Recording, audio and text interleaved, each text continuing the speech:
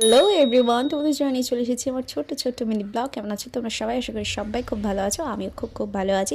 তোমাদের সাথে যে ডেলি রুটিনটা শেয়ার করছিলাম, আজকে তার ডে 6।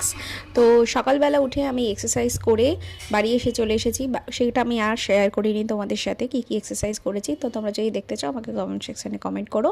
তারপর আমি সকালবেলা এসে আমন্ড, খেজুর, আঞ্জি, সানফ্লাওয়ার সিড সব খেয়ে নিয়েছি। তারপরে আমি খেয়েছি 500 লিটার মতো জল ওয়েট লসে আমাদের প্রচণ্ডভাবে কাজ করে, তাই তোমরা জলটা মেপে খাবে। সারাদিনে অন্তত 2 থেকে আড়াই বা 3 লিটার তো রাখবেই, 2 লিটার ম্যাক্সিমাম, ঠিক আছে। অ্যান্ড দেন তারপর আমি খেলাম ব্রেকফাস্টে ওটসের খিচুড়ি, যার মধ্যে আছে কুমড়ো, বিট, গাজর, লঙ্কা, পেঁয়াজ, সব রকম সবজি দিয়ে আমার মা এই ওটসটা আমাকে বানিয়ে দিয়েছে। আমি সেটাই খেয়েছি, কারণ এসে আমি ব্রেকফাস্টটা রেডি করতে পারিনি। অ্যান্ড দেন লাঞ্চে আমি ভরপুর একটা লাঞ্চ করেছি। আমি অল্প ভাত খেয়েছি।